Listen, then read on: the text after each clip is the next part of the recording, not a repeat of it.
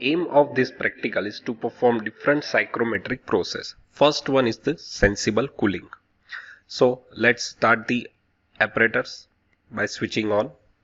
For sensible cooling, we have to give input as air handling unit, as well as we have to on the compressor switch so that the refrigerant get compressed in the compressor. Then it will flow in a condenser as well as in the evaporator and the expansion valve. After some time we can take readings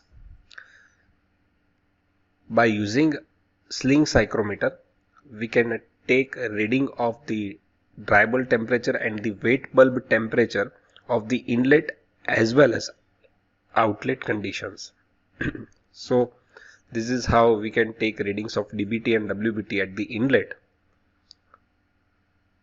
Note down this dBT and WBT. Same procedure for the outlet condition. So we can get outlet dBT and the WBT. In sensible cooling, obviously we will get less dBT at the outlet as compared to the inlet.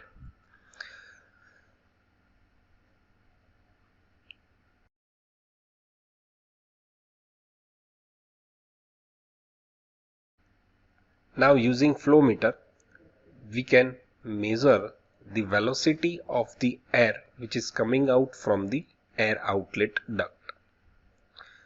We can also take reading of dry bulb temperature with the help of this flow meter.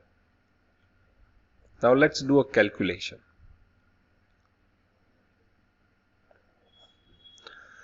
So in calculation we require first for sensible cooling, first dry bulb temperature and wet bulb temperature for the inlet, which is 24.5 and 17.5 degrees Celsius.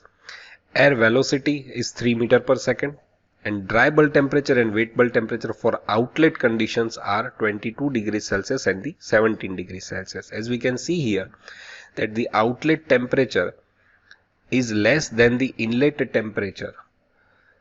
Now we have velocity of the air and we know the area of the duct of the refrigeration test rig. So we can easily calculate mass flow rate of the air by using rho AV.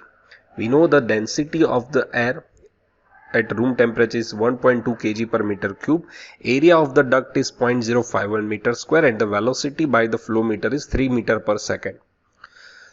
So by value of dBT and WBT at the inlet and outlet, in psychrometric chart we can locate this 2 point, and from the chart we can get the value of specific humidity. Now if we want to calculate the heat transfer rate, so we can easily calculate the amount of heat which is rejected by the air, or we can say that the cooling done by the refrigerant. We can calculate that by enthalpy difference of the inlet and outlet conditions, which is H1 minus H2 into flow rate of the air. So we can get the value of H1 and H2 from the psychrometric chart, and by using MCP delta T we can calculate the amount of heat which is actually rejected by the air. So by MCP delta T we will get 0.47 kilowatt. We can say that this is our theoretical heat rejection, and practical from the chart MCP delta T, which is our practical heat rejection, and from the chart MAH1 minus H2 will give us a 0.55 kilowatt. So this is how we can calculate the amount of heat rejected by the air in a sensible cooling.